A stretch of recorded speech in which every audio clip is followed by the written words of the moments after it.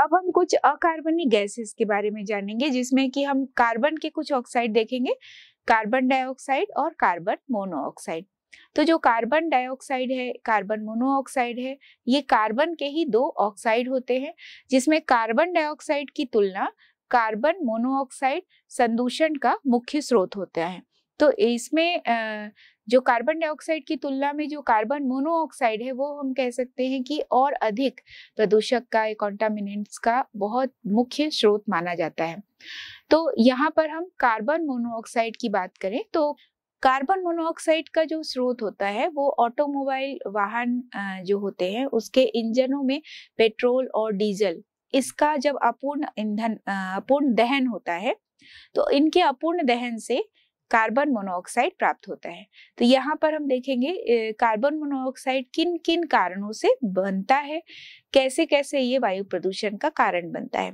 तो जब ये अपूर्ण दहन होता है ऑटोमोबाइल वाहन जो है उसके इंजन में, जब इसका अपूर्ण दहन होगा इसके ईंधनों का, तो 3C + O2 = 2CO + CO2 बना, यानी कार्बन मोनोऑक्साइड भी बना और कार्बन डाइऑक्साइड भी बनता है। तो यहाँ पर ऑटोमोबाइल का जो पूरा क्षेत्र है, मोटर गाड़ियों में जो दहन होता है पेट्रोल का, डीजल का, वो एक बहुत बड़ा सोर्स होता है जो कार्बन मोनोऑक्साइड और कार्बन डाइऑक्साइड का सांद्रण लगातार वातावरण में बढ़ाने का। ये जो कार्बन मोनोऑक्साइड है, यदि इसको समाहित करने वाला कोई ना हो तो धीरे धीरे ये वातावरण में कार्बन मोनोऑक्साइड इतना अधिक हो जाएगा कि कुछ वर्षों में, या आने वाले जो भी वर्ष हैं, वहां पर ये कार्बन मोनोऑक्साइड लगातार दुगना या 4 गुना तक भी हो सकता है, जो बहुत सारे समस्याओं को भी जन्म देगा और जन्म दे भी रहा है। तो ये इसको समाहित कराने के लिए या इसको कम कराने के लिए बहुत सारे उपाय आवश्यक हो गए हैं। जब हम देखते हैं कि मिट्टी के भीतर भी बहुत सारे जो जीवाणु होते हैं, मिट्टी के अंदर जो बहुत सारे कुछ जीवाणु होते हैं जो कि कार्बन मोनोऑक्साइड गैस को नष्ट कर सकते हैं। यानी यहाँ पर हम कुछ ऐसे उपाय या ऐसे कुछ कारण देख लेते हैं जिसकी वजह से ये कार्बन मोनोऑक्साइड को वायुमंडल में प्रवेश कराने से या वायुमंडल में इसकी सांद्रता को बढ़ने से कम किया जा सके। इसी तरह से वायुमंडल में बहुत सारे हमने देखा रिएक्शंस को, तो उसमें बहुत सारे मुक्त मूलकों की अभिक्रिया देखे हमने। तो इसमें जैसे हाइड्रोक्साइड का मुक्त मूलक है, OOH का मुक्त मूलक है, या कार्बन मोनोऑक्साइड का ये जो मुक्त मूलक होते हैं, ये मुख्य रूप से जो हाइड्रोक्साइड मुक्त मूलक है या OOH मुक्त मूलक है, ये मुख्य रूप से कार्बन मोनोऑक्साइड को कार्बन डाइऑक्साइड में परिवर्तित कर सकते हैं। तो ये भी कार्बन मोनोऑक्साइड की सांद्रता को वायु में कम करने का एक कारण बन सकते हैं। इसी तरह से जो परमाणुवीय ऑक्सीजन होता है, ये ओजोन आदि कार्बन मोनोऑक्साइड को कार्बन डाइऑक्साइड में ऑक्सीकृत कर सकते हैं। यानी जो भी ऑक्सीकारक के रूप में यदि हम ओजोन को ले लें या ऑक्सीजन को ले लें, तो ये कार्बन मोनोऑक्साइड को कार्बन डाइऑक्साइड में परिवर्तित कर सकते हैं। तो कार्बन मोनोऑक्साइड जो है वो कम करने के लिए कुछ इस तरह से किया जा सकता है। यहाँ पर हम जानेंगे कि कार्बन मोनोऑक्साइड के कौन कौन से हानिकारक प्रभाव हैं। तो जब हम रक्त की बात करते हैं तो रक्त में ये कार्बन मोनोऑक्साइड एब्जॉर्ब हो जाता है। यदि वायुमंडल में कार्बन मोनोऑक्साइड की सांद्रता बढ़ जाए तो ये रक्त में बहुत जल्दी जल्दी अवशोषित हो जाता है, और जब ये कार्बन मोनोऑक्साइड रक्त में अवशोषित हो जाता है तो फिर ये बहुत सारी समस्याएं उत्पन्न करता है। श्वसन से संबंधी पेशी दुर्बलता लेकर आता है, और कई बार हम देखते हैं कि इससे कमजोरी आ जाती है। कार्बन मोनोऑक्साइड की मात्रा यदि शरीर में बढ़ती है और इसकी वजह से चक्कर भी आने लगते हैं। ये जो कार्बन मोनोऑक्साइड है, ये हमारी लाल रुधिर कणिकाओं के साथ क्रिया कर लेती है, या लाल रुधिर कणिकाओं में जो हीमोग्लोबिन है उसके साथ ये क्रिया कर लेती है। तो उनके साथ क्रिया करके ये कार्बोक्सी हीमोग्लोबिन बना लेती है। तो ये जो HB है या हीमोग्लोबिन है, ये कार्बन मोनोऑक्साइड से रिएक्ट होता है और HbCO या फिर इसे कार्बोक्सी हीमोग्लोबिन कहते हैं, इसमें ये परिवर्तित हो जाता है। तो ये जो कार्बोक्सी हीमोग्लोबिन बनता है, जो कि चूंकि हीमोग्लोबिन का जो कार्य है वो ऑक्सीजन को पूरे शरीर में परिवहन करने का कार्य होता है, लेकिन यदि ये कार्बोक्सी हीमोग्लोबिन बन जाता है तो रक्त की ऑक्सीजन को लेकर जाने की का जो गुण है कि वो पूरे शरीर में ऑक्सीजन को प्रवाहित करता है, हीमोग्लोबिन सहायक होता है, ऑक्सी हीमोग्लोबिन के रूप में वो पूरे शरीर में फैलता है। यदि कार्बोक्सी हीमोग्लोबिन की मात्रा बढ़ जाती है तो ये जो हीमोग्लोबिन द्वारा ऑक्सीजन का प्रवाह करने का जो दर है वो कम होने लगता है और कई बार मृत्यु भी हो सकती है, क्योंकि यदि ऑक्सीजन अलग अलग अंगों में समय पर नहीं मिल पाएगा तो मनुष्य की या किसी भी जीव जंतु की मृत्यु भी हो सकती है। तो यदि हम इसको क्वांटिटी के आधार पर देखें तो यदि रक्त में कार्बोक्सी हीमोग्लोबिन की मात्रा 3 से 4% हो गई तो ऑक्सीजन ले जाने की जो क्षमता है ये हीमोग्लोबिन की बहुत कम हो जाती है और ऑक्सीजन यदि कम पहुंचेगा अलग अलग अंगों में तो इसकी वजह से कई सारी शारीरिक परेशानियां भी उत्पन्न होंगी, जैसे कि नेत्र दोष हो या सिर दर्द है या कई बार ऑक्सीजन का संतुलन बिगड़ने पर आत्मविश्वास में भी कमी देखने को मिलती है। इसकी वजह से बहुत सारे हृदय संबंधी रोग भी आ जाते हैं और इस वजह से ही कई बार धूम्रपान कम करने की सलाह दी जाती है। कई जो गर्भवती स्त्रियां होती है उनमें भी धूम्रपान की आदत होती है, तो यदि ये धूम्रपान करती रहती है तो इस वजह से शरीर में कार्बन मोनोऑक्साइड की मात्रा बढ़ जाती है और कार्बोक्सी हीमोग्लोबिन का जो सांद्रण है वो रक्त में अधिक हो जाता है। इस वजह से कई बार प्री मैच्योर बेबी हो जाते हैं या फिर गर्भपात भी हो सकता है। कार्बन मोनोऑक्साइड जो है वो कई सारी ऐसी बीमारियां जो है वो मनुष्य के अंदर उत्पन्न कर सकती हैं। कई बार हम वनस्पति में भी देखते हैं कि वनस्पतियों में पत्तियों का गिरना या समय से पहले उनका पूर्ण परिपक्व हो जाना या किसी भी पौधे में कार्बन मोनोऑक्साइड की मात्रा यदि बढ़ गई तो पत्तियों का जो आकार है वो जितना होना चाहिए उससे अलग हो जाएगा या विकृत हो जाएंगी। तो कई सारी विकृत घटनाएं जो है वो पौधों में भी देखने को मिलती है कार्बन मोनोऑक्साइड के कारण। ये जो कार्बन मोनोऑक्साइड गैस होती है इसकी प्रकृति यदि देखें तो ये गंधहीन होती है। कार्बन मोनोऑक्साइड गैस गंधहीन होने के कारण इसकी आसानी से पहचान नहीं हो पाती है और जब तक इसकी पहचान होती है तब तक बहुत देर हो चुकी होती है। ये बहुत ज्यादा नुकसान वनस्पतियों में, मनुष्यों में, जीव जंतुओं में अपना छोड़ जाती है। बहुत सारे दुष्प्रभाव देखने को मिलते हैं। कई बार कार्बन मोनोऑक्साइड की मात्रा बढ़ने से मृत्यु भी हो सकती है। कई बार हम वनस्पतियों में इसका और भी प्रभाव देखते हैं, जैसे वनस्पति जगत में कई बार हम देखते हैं कुछ बैक्टीरिया जनित क्रियाएं भी होती हैं जो लाभकारी भी होती है, जैसे कि नाइट्रोजन का स्थिरीकरण। जो जितने भी मटर कुल के पौधे होते हैं उनके जड़ों में राइजोबियम बैक्टीरिया होता है। ये जो राइजोबियम बैक्टीरिया होता है ये वायुमंडल के नाइट्रोजन का स्थिरीकरण करता है। तो यदि कार्बन मोनोऑक्साइड की मात्रा बढ़ जाती है तो इसके बढ़ने के कारण ये जो बैक्टीरिया है राइजोबियम बैक्टीरिया इसकी क्रियाशीलता कम हो जाती है, तो इस वजह से नाइट्रोजन का स्थिरीकरण थोड़ा कम हो जाएगा।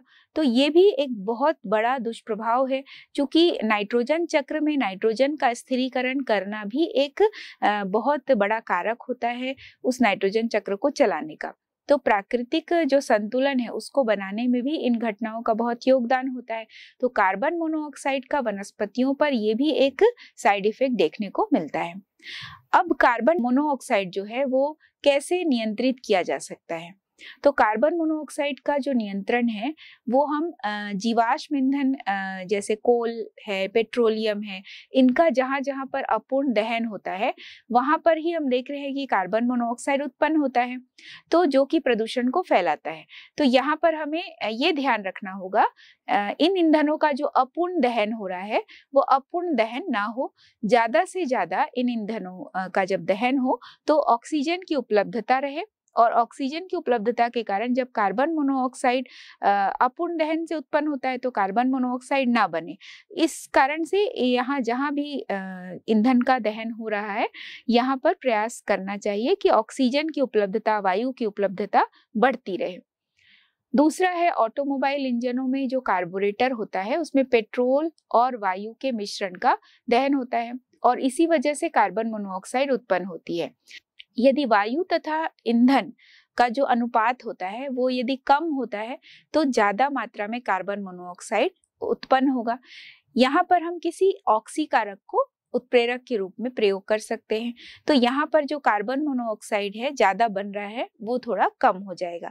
यदि हम ऑटोमोबाइल इंजन में कार्बोरेटर में पेट्रोल और वायु के मिश्रण के साथ कुछ ऐसे ऑक्सीकारक भी मिला दें तो कार्बन मोनोऑक्साइड जो ज्यादा मात्रा में बन रहा है, ज्यादा सांद्रण इसका हो रहा है, उसको हम कम कर सकें। अब हम कार्बन डाइऑक्साइड के बारे में जानेंगे। कार्बन डाइऑक्साइड वैसे तो प्राकृतिक रूप से वायु में 0.03% प्रेजेंट ही होता है, लेकिन ये वातावरण में किस तरह से फैलता है तो कई बार हम देखते हैं जो जीवाश्म ईंधन है जैसे कि कोयला, तेल, इन सब के दहन से वातावरण में लगातार कार्बन डाइऑक्साइड जो है वो फैल रहे हैं।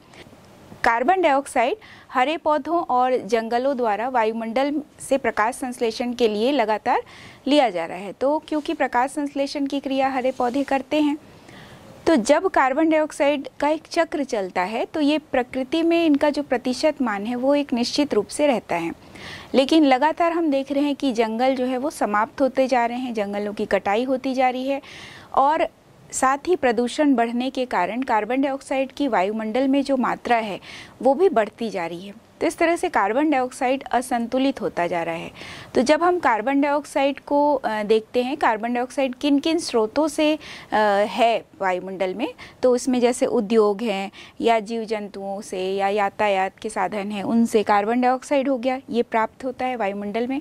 और ये कार्बन डाइऑक्साइड जो है कई यौगिकों के रूप में समुद्र में भी रहता है, जैसे कि कार्बोनेट्स के रूप में, कार्बोनेट आयन के रूप में, बाइकार्बोनेट आयन के रूप में, हरे पेड़ पौधों द्वारा ये लिया जाता है। तो कार्बन डाइऑक्साइड के स्रोत और सिंक को हम इस तरह से चित्र द्वारा दर्शा सकते हैं कि कार्बन डाइऑक्साइड किन किन स्रोतों से वायुमंडल में फैल रहा है और कौन कौन से इसके स्रोत हैं, कौन कौन से इसके सिंक हैं। जैसे यहाँ पर आप देखिए कि कार्बन डाइऑक्साइड के जो स्रोत हैं और इन स्रोतों के साथ यहाँ पर हमने सिंक को भी दर्शाया है। यहाँ पर पेड़ पौधे हैं, जो कार्बन डाइऑक्साइड है वो कार्बोनेट और बाइकार्बोनेट के रूप में समुद्र में किस तरह से प्रेजेंट होते हैं। समुद्र के जल में कई कार्बनिक जो पदार्थ होते हैं उनमें भी हम देखते हैं कि कार्बन की मात्रा होती है, जहाँ कहीं कहीं पर ये कार्बनिक पदार्थ जब दहन होता है तो कार्बन डाइऑक्साइड भी निकलता है। तो यहाँ पर हमने कार्बन डाइऑक्साइड के स्रोत और सिंक के बारे में जाना। अब हम थोड़ा विस्तार से देखेंगे कि जो इसके स्रोत हैं वास्तव में ये क्या हैं। जैसे हमने देखा कि जनरली जो कार्बनिक यौगिक होते हैं उनका जब दहन होता है तो कोई भी कार्बनिक यौगिक जैसे मीथेन, एथेन, ब्यूटेन, इनका जब भी दहन होता है, ऑक्सीजन की उपस्थिति में क्रिया होती है, तो इस तरह से कार्बन डाइऑक्साइड और जल निकलता है। बहुत सारे जो औद्योगिक निर्माण वाले क्षेत्र होते हैं वहाँ भी कई तरह की रासायनिक क्रियाएं होती हैं, तो इन रासायनिक क्रियाओं से भी कार्बन डाइऑक्साइड निकलता है। ऐसे ही पौधों में हम देखते हैं कि पौधों का जब जैविक अपघटन होता है, चूँकि पौधे में भी हम देखते हैं कि कार्बनिक यौगिक प्रेजेंट है, क्योंकि वो भी एक ऑर्गेनिक कंपोनेंट है। उस पौधे का भी यदि विघटन होता है, उसमें प्रेजेंट जो कार्बन है ऑक्सीजन से क्रिया करके कार्बन डाइऑक्साइड बना लेता है। इसी तरह से वनस्पति हैं, ये प्रकाश संश्लेषण की क्रिया में कार्बन डाइऑक्साइड ग्रहण करते हैं, जबकि जीव जंतु, मनुष्य जो है कार्बन डाइऑक्साइड श्वसन की क्रिया के दौरान बाहर निकालते हैं। इसी तरह जो सिंक है, यदि हम सिंक की बात करें तो कार्बन डाइऑक्साइड को समाहित करने वाला सबसे बड़ा यदि देखा जाए सिंक, ये समुद्र होता है। समुद्र में हम देखते हैं कि जो कार्बन डाइऑक्साइड है वो बाइकार्बोनेट, कार्बोनेट के रूप में प्रेजेंट होता है। वनस्पति जगत में होने वाले प्रकाश संश्लेषण की क्रिया भी कार्बन डाइऑक्साइड के अधिकता को समाप्त करता है, क्योंकि लगातार कार्बन डाइऑक्साइड वनस्पतियों द्वारा ग्रहण किया जाता है। यदि उस मात्रा में कार्बन डाइऑक्साइड उपलब्ध ना हो, उसकी उपलब्धता कम होती जाएगी, तो वातावरण में कार्बन डाइऑक्साइड का जो नियमित मान है वो भी कम होने लगता है। कार्बन डाइऑक्साइड घुल करके ये जो कार्बन डाइऑक्साइड हैं जब वो समुद्र में मिलते हैं तो कार्बोनेट, बाइकार्बोनेट या बहुत सारे जो कार्बनिक यौगिक है वो बना लेते हैं। अब हम जानेंगे कि कार्बन डाइऑक्साइड के क्या क्या दुष्प्रभाव हैं। चूँकि प्रकृति में कार्बन डाइऑक्साइड तो संतुलित बना हुआ है श्वसन की क्रिया और प्रकाश संश्लेषण की क्रिया के होने के कारण, लेकिन फिर भी हम देख रहे हैं कि आज के समय में बहुत अधिक जीवाश्म ईंधनों का प्रयोग हो रहा है, जिसकी वजह से हम देखते हैं कि कार्बन डाइऑक्साइड लगातार वातावरण में बढ़ता जा रहा है और साथ साथ में जंगलों की कटाई होती जा रही है। तो इस वजह से प्रकाश संश्लेषण की क्रिया में भी कमी आ रही है, क्योंकि वनों की मात्रा कम होती जा रही है। तो हम देख रहे हैं कि लगातार कार्बन डाइऑक्साइड का जो सांद्रण है वो बढ़ता जा रहा है, क्योंकि वनों की कटाई होने से वहाँ प्रकाश संश्लेषण की क्रिया कम हो जाएगी। तो कार्बन डाइऑक्साइड जितना यूज़ होना चाहिए पेड़ पौधों के द्वारा उतना यूज़ नहीं हो पा रहा है, तो वह मात्रा प्रकृति में बढ़ती जा रही है। पृथ्वी का जो तापमान है, जिसे हम ग्लोबल वार्मिंग के रूप में भी आज समझते हैं, तो ये भी कार्बन डाइऑक्साइड के लगातार बढ़ने के कारण बढ़ता जा रहा है। या हम यहाँ पर पृथ्वी के तापमान में वृद्धि हो रही है, इसे हम ग्रीन हाउस, या जिसके कारण जलवायु पर बहुत ज़्यादा प्रभाव पड़ रहा है। तो इस वजह से भी कार्बन डाइऑक्साइड का सांद्रण बढ़ना प्रकृति के लिए, हमारी पृथ्वी के लिए हानिकारक होता है। जैव निम्नीकृत प्रदूषक, इसके बारे में हमने देखा कि जो आसानी से प्रकृति में उपस्थित किसी भी सूक्ष्म जीवाणु द्वारा या ऐसे प्रदूषक आसानी से जो उपचारित किए जा सकते हैं, जो आसानी से अपघटित किए जा सकते हैं, उन्हें हम जैव निम्नीकृत प्रदूषक कहते हैं। जिसमें कि जो घरेलू अपशिष्ट हैं, गाय का गोबर है, या जो भी हम घर में प्रयोग करते हैं, सब्जी, फलों के छिलके, ये सारे जो है जैव निम्नीकृत होते हैं, जिसका आसानी से उपचार किया जा सकता है, या इसको हम रीयूज़ करके भी कई चीज़ों का प्रयोग कर सकते हैं। इसके बाद हम देखेंगे अजैव निम्नीकृत जो प्रदूषक होते हैं। इसके अंतर्गत ऐसे प्रदूषक आते हैं जो आसानी से निम्नीकृत नहीं किए जा सकते हैं, जिसका हम किसी विशेष विधि के द्वारा भी उपचार करके उसका विघटन नहीं कर पाते हैं। और कई बार देखा जाता है कि ये प्रकृति में कई वर्षों तक ऐसे ही पड़े रहते हैं। कुछ ऐसे अजैव निम्नीकृत होते हैं जिनका अपघटन होने में बहुत ज़्यादा समय लगता है, तो बहुत ही धीमी गति से इसमें निम्नीकरण की क्रिया होती है। तो यहाँ पर हम देख रहे हैं कि बहुत जो अल्प मात्रा की भी मानव एवं जो पौधे हैं उनके लिए हानिकारक होती हैं। इस तरह के जो जैव अनिम्नीकृत प्रदूषक होते हैं, जिसमें बहुत सारी धातुएं आती हैं, प्लास्टिक है, धातुओं में जैसे एल्युमिनियम है, मरकरी है, डीडीटी कुछ कंपाउंड्स होते हैं, और धातु हैं जैसे barium, iron, manganese, lead, arsenic, ये सारी जो धातुएं होती हैं ये अजैव निम्नीकृत होती हैं, जिनका अपघटन आसानी से नहीं होता है। साथ ही कुछ रेडियोधर्मी पदार्थ होते हैं, कुछ नाभिकीय अवशिष्ट पदार्थ होते हैं, जिनका भी आसानी से अपघटन नहीं होता है। अगला हम देखेंगे नाइट्रोजन के ऑक्साइड। तो नाइट्रोजन के ऑक्साइड में जैसे हम नाइट्रोजन डाइऑक्साइड NO2 के बारे में जानेंगे। ये भी बहुत एक विशेष प्राकृतिक प्रदूषक होता है, और इसमें कई और ऑक्साइड्स आते हैं जैसे कि N2O है, NO है, ये सारे जो हैं वो द्वितीयक प्रदूषक कहे जाते हैं। जनरली जो NO है वो प्राथमिक प्रदूषक होता है, और N2O और NO2 जो है वो द्वितीयक प्रदूषक होते हैं। तो यहाँ पर हम इसके स्रोत हैं, इनके बारे में जानेंगे। जब आसमान में बिजली चमकती है तो उसकी वजह से जो ये है नाइट्रोजन डाइऑक्साइड है ये उत्पन्न होता है। और कैसे उत्पन्न होता है, क्योंकि हमारे वायुमंडल में हम देख रहे हैं कि बहुत अधिक मात्रा में जब टेम्परेचर बढ़ जाता है तो ऐसी स्थिति में नाइट्रोजन और ऑक्सीजन की क्रिया होती है, और बिजली के चमकने से टेम्परेचर बढ़ता ही है, तो नाइट्रोजन ऑक्सीजन की क्रिया से नाइट्रिक ऑक्साइड NO बनता है। दूसरा हम देखेंगे कि जो ऑटोमोबाइल इंजन है या ताप विद्युत जो संयंत्र होते हैं, वहाँ भी बहुत अधिक उच्च ताप के कारण नाइट्रिक ऑक्साइड का निर्माण होता है। बहुत सारे ऐसे उद्योग हैं जहाँ से नाइट्रिक ऑक्साइड निकलता है, और इसके साथ साथ दूसरे भी ऑक्साइड जैसे N2O है, NO2 है, ये सारे निकलते हैं। प्राकृतिक और जैविक क्रियाओं से हम देखते हैं कि NO2 बनता है। जंगलों में आग लग जाने के कारण भी कई बार NO2 गैस जो है वो उत्पन्न होती है, या नाइट्रोजन के जो अन्य ऑक्साइड्स हैं वो भी उत्पन्न होते हैं। यहाँ पर हम कुछ इसके रासायनिक अभिक्रियाओं को देखते हैं। जैसे हमने देखा कि नाइट्रोजन और ऑक्सीजन बहुत अधिक उच्च ताप पर N2+O2 अधिक तापमान पर NO में परिवर्तित हो रहा है, तो 2NO यहाँ पर बैलेंस करने के लिए लिखेंगे। दूसरा हम देख रहे हैं 2NO + N2 = 2N2O, यानी नाइट्रस ऑक्साइड बना। अगला हम देख रहे हैं 2NO + O2 = 2NO2 nitrogen dioxide. तो ये तीनों जो रिएक्शन है जिसमें हम देख रहे हैं कि प्राथमिक प्रदूषक NO है, और प्राथमिक प्रदूषक से बना है द्वितीयक प्रदूषक N2O और NO2। प्राथमिक प्रदूषक पहले से है प्रकृति में। द्वितीयक प्रदूषक प्रकृति में होने वाले बहुत सारे ऐसे रासायनिक क्रियाएं होती हैं जिनकी वजह से ये बनते हैं। अब इनके जो ऑक्साइड्स होते हैं, यहाँ इनके सिंक के रूप में क्या है? प्रकृति में होने वाले बहुत सारी ऐसी प्रक्रियाएं होती हैं जो इनके लिए सिंक का कार्य करती हैं। जैसे हम देखते हैं कुछ बैक्टीरिया द्वारा होने वाले जैव रासायनिक अभिक्रियाओं और कुछ प्रकाश रासायनिक अभिक्रियाओं में भी NO2 जो है वो बनता है। अब यहाँ पर NO2 जो बना है, ये NO2 का जो अंतिम उत्पाद है वो नाइट्रिक एसिड के रूप में होता है या नाइट्रस एसिड के रूप में भी बनता है। तो यदि हम नाइट्रिक ऑक्साइड देखें तो 2NO प्लस ऑक्सीकृत होगा, NaO2 से क्रिया किया तो यहाँ बनता है 2NO2। और ये जो 2NO2 है, यहाँ हम बैलेंस करने के लिए 3NO2 ले रहे हैं, लेकिन है यही नाइट्रोजन डाइऑक्साइड। ये जब जल से क्रिया करता है तो नाइट्रिक अम्ल बना और नाइट्रिक अम्ल के साथ बनता है नाइट्रिक ऑक्साइड। तो यहाँ हम देख रहे हैं कि जो नाइट्रिक ऑक्साइड है, इसका जो अंतिम उत्पाद है वो नाइट्रिक अम्ल के रूप में बनता है। यहाँ पर हम देखेंगे कुछ नाइट्रोजन के डाइऑक्साइड का रिएक्शन। तो नाइट्रोजन के डाइऑक्साइड में यदि हम NO2 लेते हैं तो 4NO2 plus 3O2 is equal to 4NO3 plus oxygen बना।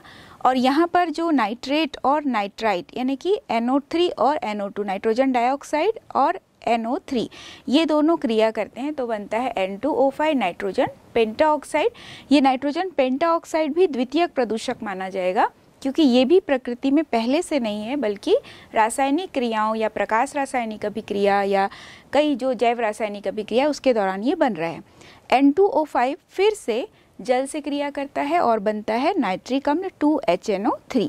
तो नाइट्रोजन पेंटाऑक्साइड जल से क्रिया करके H2O से क्रिया करके ये बनाता है HNO3 नाइट्रिक अम्ल। अब हम इसके कुछ दुष्प्रभाव के बारे में जानेंगे कि जैसे कार्बन मोनोऑक्साइड भी हीमोग्लोबिन को प्रभावित करता है कार्बोक्सी हीमोग्लोबिन बनाकर, उसी तरह से जो नाइट्रिक ऑक्साइड है ये भी हीमोग्लोबिन की क्षमता को घटाता है। साथ ही ये फेफड़ों में इसकी वजह से सूजन भी आ जाता है। नाइट्रोजन डाइऑक्साइड श्वसन संबंधी कई बीमारियों को बढ़ा देता है और सूर्य के प्रकाश की उपस्थिति में जो नाइट्रोजन डाइऑक्साइड होता है वो विघटित होता है और विघटित होकर के ये परमाणविक ऑक्सीजन बनाता है और यही परमाणविक ऑक्सीजन जो है वो स्मॉग का कारण बनता है। और नाइट्रिक ऑक्साइड की जो अधिकता है इसकी वजह से प्रकाश संश्लेषण की दर भी हम देखते हैं कि कम हो जाती है। तो प्रकृति में ये बहुत ज़्यादा इसका साइड इफ़ेक्ट है नाइट्रिक ऑक्साइड का।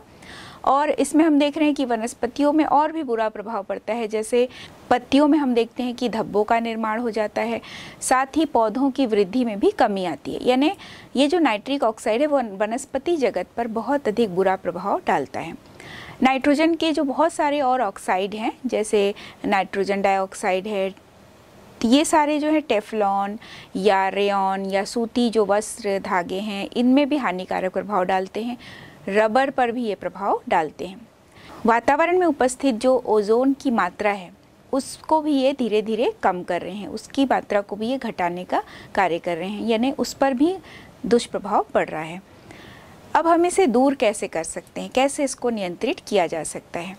तो कई बार हम देखते हैं कि ऑटोमोबाइल क्षेत्र से या ऑटोमोबाइल के ज़्यादा उपयोग से बहुत अधिक मात्रा में जो नाइट्रिक ऑक्साइड बन रहा है, तो इन नाइट्रिक ऑक्साइड को प्लेटिनम उत्प्रेरक का प्रयोग करके या इसके द्वारा हम दूसरे कंपाउंड बना सकते हैं। जैसे अगर हम प्लेटिनम उत्प्रेरक का प्रयोग करें तो इसके द्वारा नाइट्रोजन या अमोनिया का निर्माण भी किया जा सकता है, इसको हम अपचयित कर सकते हैं, तो कुछ यूज़फुल कंपाउंड भी फॉर्म हो सकता है। तो नाइट्रिक ऑक्साइड का जो परसेंटेज है वो कम होता जाएगा और जो हमें उपयोगी यौगिक चाहिए वो भी प्राप्त हो जाता है। इसी तरह से नाइट्रोजन के जो अन्य ऑक्साइड हैं, नाइट्रिक ऑक्साइड या हम N2O, ये इनको छोड़ करके दूसरे जो ऑक्साइड होते हैं ये अम्लीय होते हैं। तो जब इनका नेचर अम्लीय है तो किसी भी क्षार की उपस्थिति में इसको उपचारित किया जा सकता है। जैसे क्षार में कैल्शियम हाइड्रोक्साइड ले लें या मैग्नीशियम हाइड्रोक्साइड ले लें, इसके द्वारा इन नाइट्रोजन के ऑक्साइड का उपचार किया जा सकता है और प्रकृति में इसकी मात्रा को घटाया जा सकता है। नाइट्रोजन के ऑक्साइड को कम करने के लिए स्क्रबिंग अम्लों का भी प्रयोग किया जा सकता है। SO2 गैस पर भी नियंत्रण इस तरह की क्रिया द्वारा किया जा सकता है। अब हम सल्फर डाइऑक्साइड के बारे में जानेंगे, SO2। तो SO2 जो है वो जब वायु की उपस्थिति में क्रिया करता है, ऑक्सीजन से क्रिया करता है, तो SO3 बनाता है। और ये जो SO3 है जब ये नमी से क्रिया कर लेती है तो ये H2SO4 में कन्वर्ट हो जाती है। तो हम ये कह सकते हैं कि सल्फर डाइऑक्साइड जो है वो प्रकृति में पहले से है तो वो प्राथमिक प्रदूषक है, और SO3 और H2SO4 जो है ये द्वितीयक प्रदूषक की तरह कार्य करते हैं, क्योंकि ये विभिन्न प्रकार के जो रासायनिक क्रिया है उनके फलस्वरूप उत्पन्न हुए हैं। सल्फर डाइऑक्साइड के जो स्रोत हैं इसके अंतर्गत भी हम सबसे इम्पॉर्टेंट जो इसका स्रोत है वो जीवाश्म ईंधन ही है। जो कोयला है, पेट्रोलियम है, इनके दहन से 0.3% से 3% तक का सल्फर इसमें होता ही है। और इनको जलाने पर, चूँकि इन ईंधनों में सल्फर प्रेजेंट है, तो जैसे ही ये जलता है या वायु की उपस्थिति में का दहन होता है तो सल्फर ऑक्सीजन से क्रिया करके सल्फर डाइऑक्साइड में परिवर्तित हो जाता है। अनेक जो धातुओं के अयस्क होते हैं, बहुत सारे ऐसे अयस्क हैं जैसे कि आयरन पायराइट है या कॉपर पायराइट है, तो इन सब में सल्फर होता ही है। ये जो अयस्क होते हैं जनरली ये पायराइट या सल्फाइड के प्रेजेंस में होते हैं। तो बहुत जगह पे हम देखते हैं जब इन अयस्कों से धातुओं का निष्कर्षण होता है तो इस दौरान भी सल्फर डाइऑक्साइड बहुत अधिक मात्रा में वायुमंडल में फैल जाती है। तो यहाँ कुछ रिएक्शन हम देखेंगे कि कैसे जो ये अयस्क हैं वो वायुमंडल में SO2 फैला रही हैं। तो इसमें सबसे पहले हम देख रहे हैं आयरन सल्फाइड। तो FeS2 2FeS2 लेते हैं। 2FeS2 जब ऑक्सीकृत हो रहा है 5O2 इज इक्वल टू बनता है FeO प्लस SO2। तो FeO बैलेंस करेंगे तो 2FeO प्लस हो जाएगा 4SO2। दूसरा हम देख रहे हैं कॉपर सल्फाइड, तो 3Cu2S प्लस O2, यहाँ बैलेंस करने के लिए लेंगे 3O2 इज इक्वल टू बनता है 6Cu plus sulphur dioxide, balance करेंगे तो 3SO2 प्राप्त होता है। अगला हम देख रहे हैं लेड सल्फाइड। तो ये सारा जो है हम देख रहे हैं अयस्क, जो लेड सल्फाइड है वो गैलेना है, इसका भी जब ऑक्सीकरण हो रहा है 3O2 से क्रिया हो रही है लेड सल्फाइड की तो बनता है लेड ऑक्साइड और सल्फर डाइऑक्साइड। तो यहाँ लेड ऑक्साइड बैलेंस करेंगे तो 2PbO प्लस 2SO2 बनता है। तो यहाँ हम देख रहे हैं तीनों ही रिएक्शन में किस प्रकार सल्फर डाइऑक्साइड जो है वो निकल रहा है। तो किसी भी धातु के निष्कर्षण के समय जब अयस्क से उसका निष्कर्षण किया जाता है तो बहुत अधिक मात्रा में सल्फर डाइऑक्साइड प्रकृति में फैलती है। ज्वालामुखी से हम देखते हैं कि लावा के साथ बहुत सारी गैसेस भी निकलती हैं और इन गैसों में भी सल्फर डाइऑक्साइड की बहुत अधिक मात्रा पाई जाती है। सिंक, सल्फर डाइऑक्साइड के लिए जो सिंक है, सल्फर डाइऑक्साइड विभिन्न तरीकों से ऑक्सीकृत होता है और ऑक्सीकृत होकर के ये सल्फर डाइऑक्साइड बनाता है, और जब ये नमी से क्रिया कर लेता है तो ये दो प्रकार से अम्ल बना लेता है, H2SO3 और H2SO4। तो ये जब रिएक्शन करता है तो यहाँ देखिए जब यही जो सल्फर डाइऑक्साइड है ये जब क्रिया करता है जल के साथ तो सल्फर डाइऑक्साइड ऐसे तो क्रिया कर रहा है, ऑक्सीकृत हो रहा है, तो पहले SO3 बनाता है और ये SO3 फिर H2O से रिएक्ट होकर के H2SO4 बना लेता है। तो SO2 plus H2O is equal to H2SO3। इसी प्रकार SO2 ऑक्सीकृत होकर के SO3 में कन्वर्ट होता है और SO3 प्लस H2O से बनता है H2SO4। और ये जो H2SO4 है यही अम्ल वर्षा के रूप में हमारी प्रकृति में लगातार फैलता जा रहा है। सल्फर डाइऑक्साइड जो है ये भी काफ़ी हानिकारक प्रभाव हमारे पृथ्वी पर, हम पृथ्वी के लोगों पर, वनस्पति जगत पर, जंतु जगत पर, सब पर इनका दुष्प्रभाव देखने को मिल रहा है और लगातार इसकी मात्रा बढ़ती जा रही है। तो बहुत सारी बीमारियों का भी कारण बन रहा है। जैसे सल्फर डाइऑक्साइड जो है वो श्वसन नली, आँख, फेफड़े, इन सबको नुकसान पहुँचाता है। साथ ही हम देखते हैं कि प्रकृति में इसका जो मान है वो 2.5 ppm भी हो जाए तो ये ब्रोंकाइटिस या जो फेफड़े का कैंसर है उसको बढ़ाता है। यदि इतना हानिकारक होता है, जब हम पार्ट्स पर मिलियन की बात करते हैं तो हम बहुत कम सांद्रण की बात करते हैं। तो 2.5 ppm भी यदि SO2 का मान बढ़ जाता है प्रकृति में तो ये बहुत सारे फेफड़े संबंधी बीमारियों को जन्म देता है। साथ ही जो सल्फर डाइऑक्साइड है ये खांसी या सांस की कमी या जो फेफड़े के कोश होते हैं तो इन पर बहुत बुरा प्रभाव डालता है। सल्फर डाइऑक्साइड पेड़ पौधों को भी बहुत नुकसान पहुंचाता है। पेड़ पौधों की जो वृद्धि है वो भी कम होती है और जो पेड़ पौधों की हरी पत्तियां होती हैं वो भी लगातार जो पीली हो रही हैं उसका कारण भी सल्फर डाइऑक्साइड ही होता है। इस लक्षण को क्लोरोसिस कहा जाता है, जब पौधों की पत्तियां सल्फर डाइऑक्साइड के प्रभाव में पीली पड़ जा रही हैं तो इसे हम क्लोरोसिस कहते हैं। सल्फर डाइऑक्साइड के कारण अम्ल वर्षा होती है, जैसा हमने देखा कि आगरे का जो ताजमहल है उसमें लगातार अम्ल वर्षा के कारण उसका जो संगमरमर है उसकी चमक जो है वो धीरे धीरे कम होती जा रही है, उसमें पीले रंग का एक लेयर जमता जा रहा है और लगातार यहाँ आसपास के जो औद्योगिक क्षेत्र हैं उनकी वजह से जो सल्फर डाइऑक्साइड उत्पन्न होता है ये जल के साथ मिलकर के H2SO4 बना लेता है और वही बारिश के जल के साथ जो आसपास के मॉन्यूमेंट्स है उसको खराब करता है।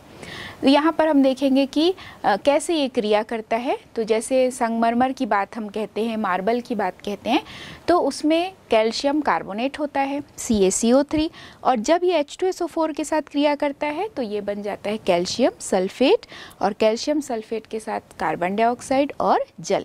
तो ये कैसे आगरे के ताजमहल का जो मार्बल है उससे ये रिएक्ट हो रहा है और कैल्शियम सल्फेट जल और कार्बन डाइऑक्साइड में परिवर्तित होता है। तो यहाँ पर हम देख रहे हैं सल्फर डाइऑक्साइड के बहुत अधिक नुकसान भी हैं, जीवित जीवों पर तो है ही, अजीवित जो घटक है उन पर भी हम इसके नुकसान को समझ पा रहे हैं। इसके साथ हम लंदन में हुई एक घटना की बात करेंगे। तो लंदन धूम कोहरा नाम से स्पष्ट है कि ये लंदन की घटना है। तो यहाँ सल्फ्यूरस अम्ल, धूम, कोहरा जिसमें कि सल्फर डाइऑक्साइड का जो मान है 0.40 ppm और इससे भी ज़्यादा हो सकता है, तो वहाँ पर किलर स्मॉग बन जाता है, प्राणघातक धूम कोहरा कहते हैं। ये जो लंदन धूम कोहरा है ये घटना जो है वो लंदन में 1952 में हुआ था। उस समय ये धूम कोहरा उत्पन्न हुआ था जब वहाँ की वायु में सल्फर डाइऑक्साइड का मान 0.40 ppm से लगभग ज़्यादा हो गया था। तो 4000 लोगों की जान यहाँ पर गई थी। तो इसलिए इस घटना को हम किलर स्मॉग के नाम से भी जानते हैं। कैसे इसे हम दूर कर सकते हैं, सल्फर डाइऑक्साइड की मात्रा को हम कैसे कर सकते हैं दूर, इसके बारे में हम जानेंगे। तो कई बार हम ये प्रयास कर सकते हैं कि जो ईंधन है उसमें सल्फ़र की जो अशुद्धियां हैं उसको दूर कर लें, और जब इन ईंधनों में सल्फ़र की अशुद्धि नहीं होगी तो सल्फ़र का ऑक्सीडेशन भी नहीं होगा और सल्फ़र डाइऑक्साइड बनेगा भी नहीं। इसी तरह से कारखानों से निकलने वाला जो सल्फ़र डाइऑक्साइड है, सल्फर डाइऑक्साइड युक्त गैसों को जब हम क्रिया कराते हैं कैल्शियम ऑक्साइड के साथ, तो CaO plus SO2 plus half O2, जब इसके साथ ये क्रिया करेगा SO2 तो ये बन जाता है कैल्शियम सल्फेट में। तो कैल्शियम सल्फेट बना, और ये दूसरे जो क्षार हैं जैसे कि कैल्शियम हाइड्रोक्साइड, जैसे चूने का पानी है, उसके द्वारा भी जो SO2 है वो कैल्शियम सल्फाइड और जल में परिवर्तित हो सकता है। अगला हम देखेंगे कि जो मैग्नीशिया है, मैग्नीशिया का जो लेयर है, जैसे इसमें हम मैग्नीशियम हाइड्रोक्साइड लेते हैं MgOH प्लस SO2, तो ये भी परिवर्तित होता है MgSO3 मैग्नीशियम सल्फाइड में और जल निकलता है। तो इस तरह से हम देखते हैं कि सल्फर डाइऑक्साइड की मात्रा धीरे धीरे कम की जा सकती है।